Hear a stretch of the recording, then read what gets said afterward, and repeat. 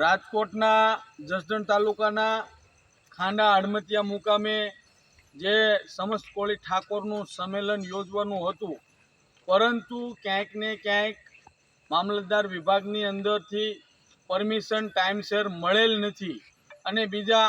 અહીંના સ્થાનિક આગેવાનો દ્વારા પણ આ સંમેલન ન થાય એવી પૂરી તાકાત લગાડવામાં આવી। અધિકારીઓને પણ જાણ કરવામાં આવી, કોઈ પણ પ્રકારે પરમિશન આપવામાં ન આવે, કારણ કે જ્યારે પરમિશન લેવા ગયા ત્યારે 3 વાગ્યાથી માંડી અને 6 વાગ્યા સુધી મામલતદાર વિભાગમાં બેસાડવામાં આવ્યા, જેથી કરીને ખાંડાધાર હડમતિયા મુકામે જે કોળી સમાજનું મહાસંમેલન રાખ્યું હતું તે